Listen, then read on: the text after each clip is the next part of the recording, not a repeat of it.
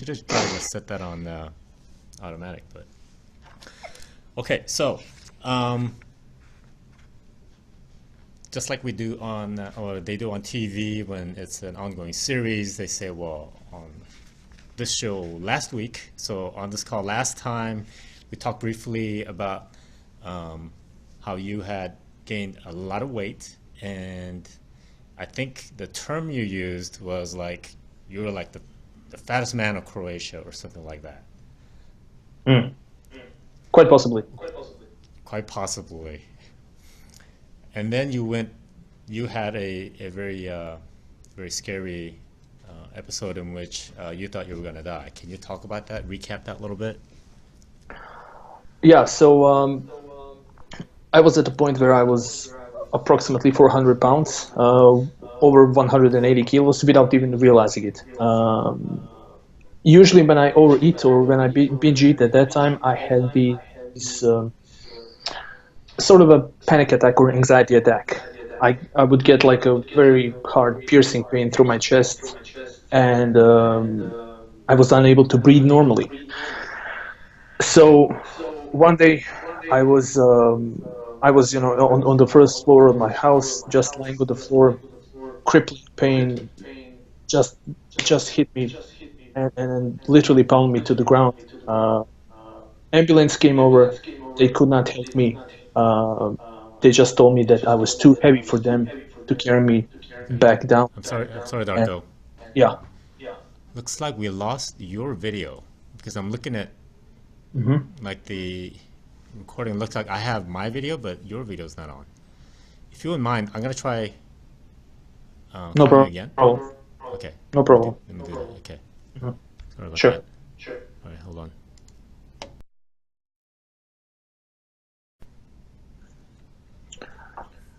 So Is everything okay now? yes, yes, looks good. Okay. Okay. So should I just continue, or you Yeah. want me to So start over? you were saying that even before kind of the major incident, occasionally you would experience panic attacks and anxiety. Hmm. Hmm. Um, whether I don't know if that was fully related to just the weight or just mental state, but if you would continue at where you were. Reflecting back, it was. I'm pretty sure that it was completely related to my mental state, because binge eating for me at that time was sort of a punishment, and every time I do that, I would feel really, really bad about myself. I would feel such regret, and that I would start, like panicking and thinking, why did I do this over and over again? Just continuously being in this poisonous cycle that never ends, and just those sort of thoughts would get me into the stage of like these panic attacks, and this would completely or this would utterly reflect into some sort of physical pain. At that day, I wasn't able to breathe for very long time. My face was white, my lips were blue, and I could not exhale. So the people from the ER, they started panicking. They gave me a lot of medicine. I think that was something based on morphine. So eventually, I could breathe out normally and completely regain my senses. But what I mentioned last time, like at that point, what I think brought me back is that I made my peace, and I told myself that this is it. I am going to die this moment, and I kind of admitted at that point that this was all my fault. I brought this upon myself, and like there is no other option. That's it. I'm dying now, and I'm going to finally like be free, finally feel relief. Because 2 or a year after that, 2 times I tried to commit suicide and failing at that, and this time it really felt like I'm going to succeed without actually putting any effort into it. I know this sounds weird, but at that point, that's how I felt. So yeah, So that panic attack. interestingly enough, Interrupted. as you were saying, when you what might have saved you was you calming down by finally accepting that you thought you were going to die, and in fact maybe that's what saved you because that allowed you to calm down. Yeah. That's my thought process as well. At least thinking retrospectively. Right, right. So now talk about a little bit how you lost all that weight. I mean, that provided a motivation for you to get in the gym and start eating less, and it was like a Yeah, second chance at life. that was initial motivation for sure, 100%. I did not want to experience that ever again. I felt that I could do something, and for me, finding hope to live completely changed my perspective. Not only on life, but it changed my wiring, and I have a very self-destructive wiring. So I kind of put my past on the side for a moment, and I focused on my health. This brought me 24 hours late after this brought me to weight management clinic in Zagreb, capital Croatia, where I realized I was, like I said, quite possibly the fattest man in the country, at least for my generation. And I was in my early 20s at that time. So I literally escaped from a clinic that day. I did not finish exams. I did not had a final conversation with the doctor. I just stood on a scale.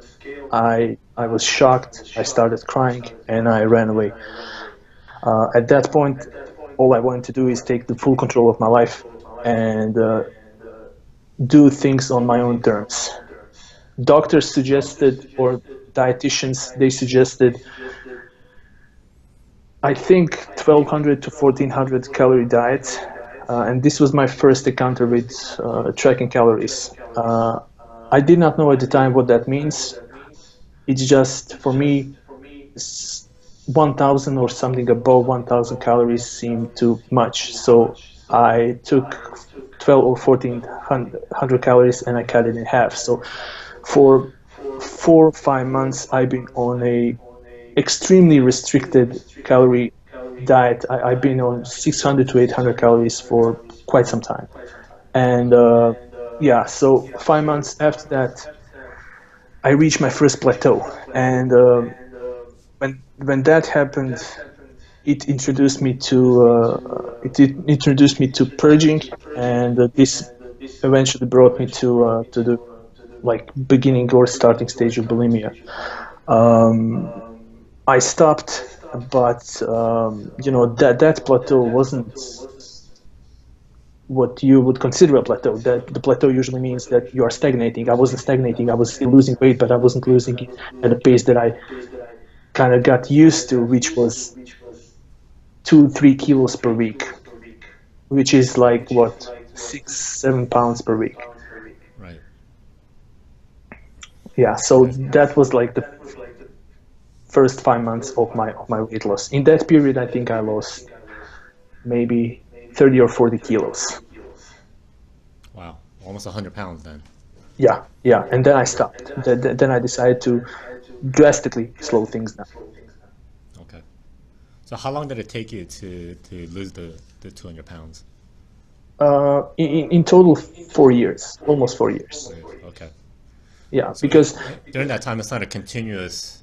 I'm sure there's periods when you maintain for a little while and then lose, or it wasn't like a there, continuous straight line, right? yeah, but there was no, at least not a longer period of time where I gained weight. Maybe I gained, maybe my weight, would jump up for a week or something like that, and I would bring it down. So I was pretty much linearly losing weight for 4 years. It's just I intentionally slowed the process down dramatically, Okay. uh, mainly because I got really into bodybuilding and I wanted to build muscle, and building muscle in huge caloric deficit, it wouldn't work. So that's the main reason why at that time. Yeah. Right. Now, I saw your picture when you were at your leanest, and you were quite muscular, and you had some abs going on. But Yep. you mentioned that you weren't exactly happy at that point. No. I think I was not necessarily depressed, but I was constantly agitated, constantly angry. I was hungry. I was basically non-stop hungry. At one point, I could not lose weight. I hit the proper plateau, and I couldn't go below 95 kilos. What I did then is that for a month, I implemented um, protein sparing modified fast for almost a month. So essentially, protein only, extremely low fats, extremely low carbs for 1 month, and I just could not maintain that. When I reached that, when I took those photos, when I made my like transformation before and after pictures, I kind of decided that I need to I need to go back to normal.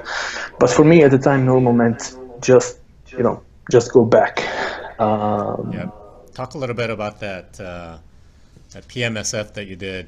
I think a lot of people here may have never heard of it, but that's basically trying to preserve lean tissue by eating enough protein, but mhm. then not much else, right? Not much else. Yeah, this was protein sparing modified fast before I even knew what that was. Got So it. for me at that time, it was just high protein, low everything diet. Yep. And yeah, so I was really trying to preserve all of my muscle, maybe even gain some, because I thought at that time that the amount of protein would be perpendicular to my gains. So that's why I decided to do that. But I can't believe you lasted a whole month on that because I saw a fitness pro try it and I think it lasted 4 days and he gave up. It was just way too tough. Yeah. I had few days, maybe once a week, where I just had to take some carbs because of the circumstances that I could not avoid. But uh, the, I think the day that I realized that this is just not doable, this is not sustainable, is the day when I went to my family's Christmas dinner, and I brought my food with me. And in my family, there's a huge tradition with food. A lot of my family members, because of the ward that I come from, are essentially feeders, so they could not understand. So there was a huge fight between me and them, and I was incredibly hard person to live with. My relationship suffered, my friendship suffered, and eventually I just had to pitch this idea of me becoming like a fitness model or whatever. And yeah, and then I slowly reverted to obesity again. So now this that's something that you've been very honest with is that um, you know it, recently you had some of the weight come back. Mhm. What are some of the factors that figured into that? First time this happened was a couple of months after I took those pictures. So my wife and I, we took a huge gamble with our lives. We started life anew. We moved from Croatia to Sweden. So for me at that time, fitness or anything related to my appearance, I didn't even consider. For me, like survival and just finding a job and restarting our life was the main priority. So at that time, I could not sleep. I was highly stressed, and I think I gained around 30 kilograms, or 60, 70 pounds. I'm sorry, my conversions are horrible. I think in maybe 3 to 4 months.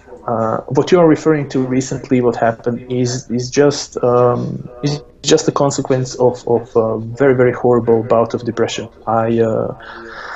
It actually brought me to another suicide attempt that I'm currently writing about, that I did not discuss. That you are the first person or you are, I'm telling you this for the first time publicly, and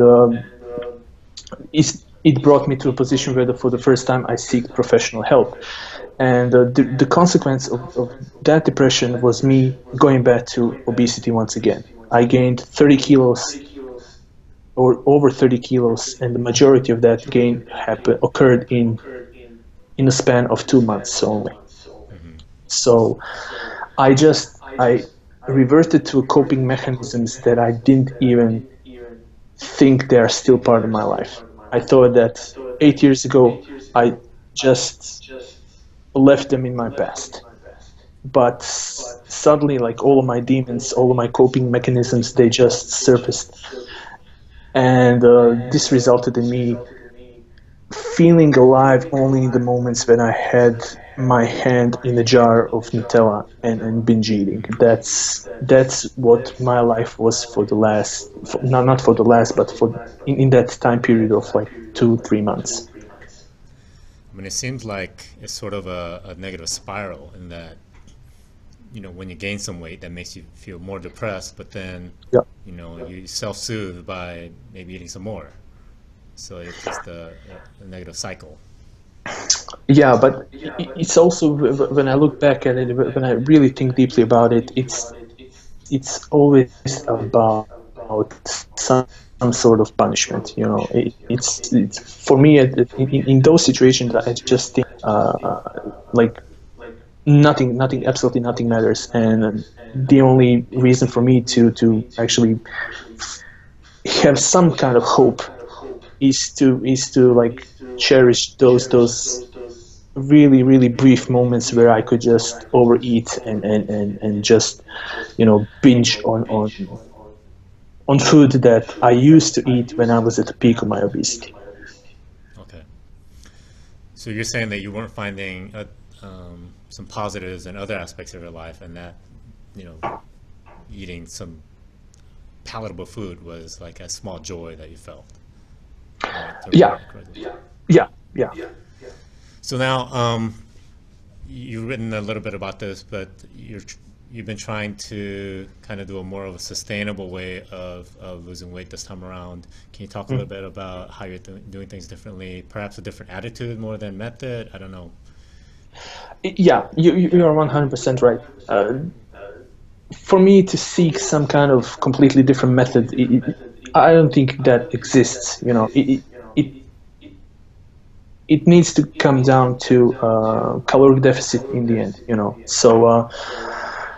But my mentality completely changed, and one of the reasons is that I finally addressed my mental health. So I'm in a incredibly or disproportionately better place mentally, and for the first time in the last maybe 4 or 5 years, I feel ready to pursue some kind of not necessarily physique goal, but health goal, which is in essence me losing weight again. So I lost maybe 10 kilos in the last month or so without really trying hard.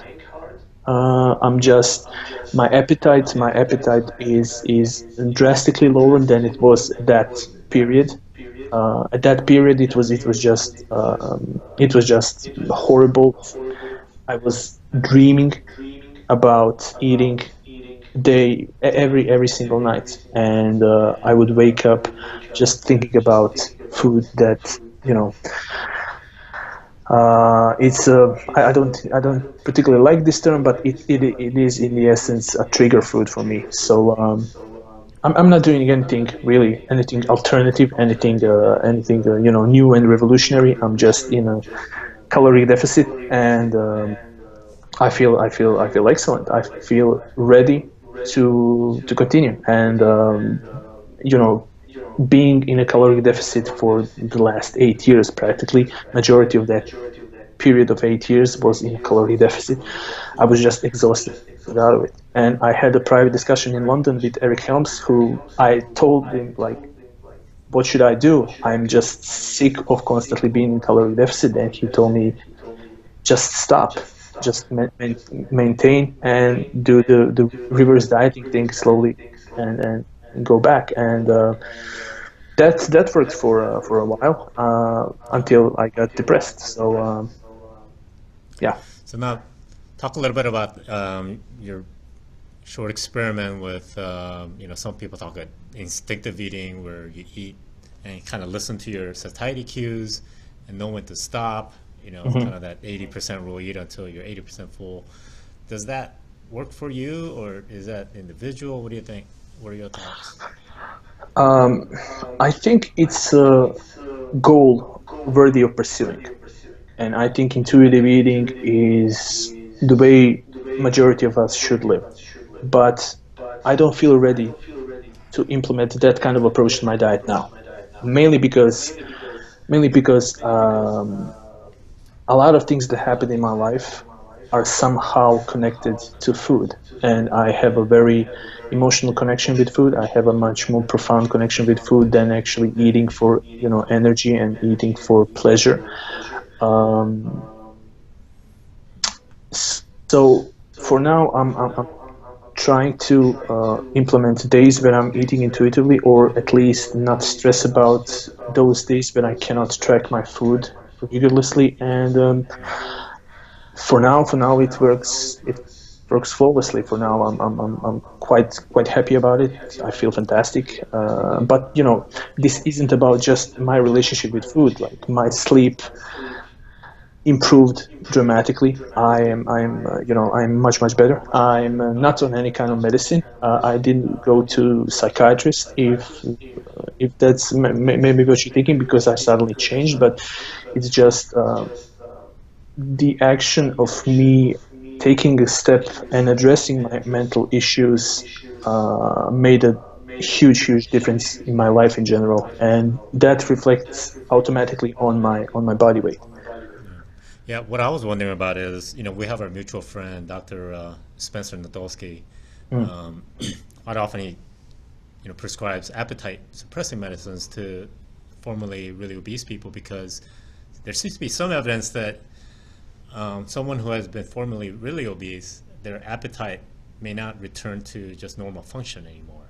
That you just have a much higher appetite that you cannot control, that someone who, was never that obese wouldn't have.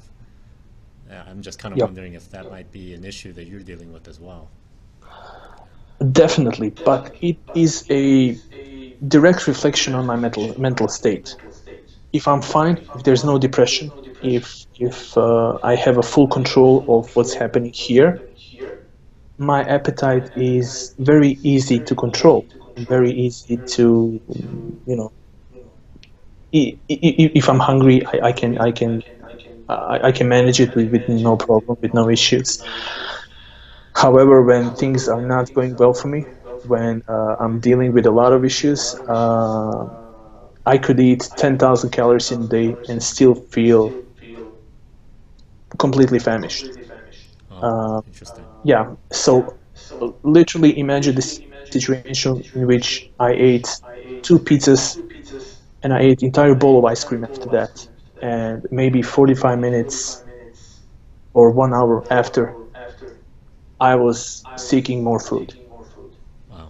Okay. Now, transitioning a little bit, you're wearing an SBS shirt, I see. So that's Representing. um, so talk a little bit about your future. You're looking to move to London and start a new career. Yeah, so well, this is the first time that I'm going to say this, but I just had a meeting with Luke Johnson, who is the head of the Shredded by Science, and we had a private discussion, and he helped me realize, or he helped me sort my priorities for my future. So I'm moving to London, and I'm going to focus on writing my autobiography. And this is a massive project for me. I wrote an outline of the entire book. I pitched it to some people, or at least I wanted feedback from some people, and the feedback is absolutely stunning. I cannot believe that this is actually happening. So with book, I'm planning to do some public speaking. Therefore, London has a lot of sense for me to improve on my language, to improve on my public speaking, to improve on delivery and everything. So London, therefore, is just logical. And I will start soon. I will return to my podcasting, and I will also, in a very long time, I haven't worked with clients, primarily because I felt that I don't have any right to help people or try to help people until I can help myself, and I wasn't able to help myself, and I just stopped working with clients. So I'm going to come back to that, honestly, primarily because I need finance to, or I need some kind of financial backbone to make this book happen. So, So is you there know, a in rough short, that timeline for the book and the move to London? You have a rough timeline set? yeah. We, when I say we, I mean my wife and I. We are going to move to London in August, at Okay. latest early September. So Okay. yeah, so life is going to change completely Yeah, once that again. sounds great. Yeah, a Yeah, whole yeah, new adventure. exactly. Um, so we got a couple of minutes. What I wanted to do was see if anyone has any questions for you. Sure. And you had a question earlier? Yeah, but I think he answered Oh, you did? Okay. Anyone else have any questions? Yes? No? Okay. Darko, it. thanks so Sounds like much. he needs a GoFundMe page to start his London journey. Yeah, it's not a bad idea. Yeah. If you do that, let us know what it is. I think we got a few people willing to, you know, chip in some funds if you set up a GoFundMe page. I'm not. I would like to. Like to offer something in return, something more tangible, and I think my time and my service would be a good deal. So we'll see how that goes. But me finding a job once I get to London, me finding a job like in a gym or something like that is definitely an option if me recruiting clients online doesn't work. Okay. Well, Darko, thanks so much for joining us and sharing Thank you. your Thank you journey very with much. us. I mean, revealing such private thoughts and just deep inner thinking about yourself. I mean, that's I think is very courageous of you, and I want to thank you very much for that. Thank you, sir. And I'll be keeping in touch with you online. Definitely, All definitely. right. All right. Thank you, Have a good everybody. day. All right. Bye bye. Thank you. Bye bye. Thank you. Thanks. Bye.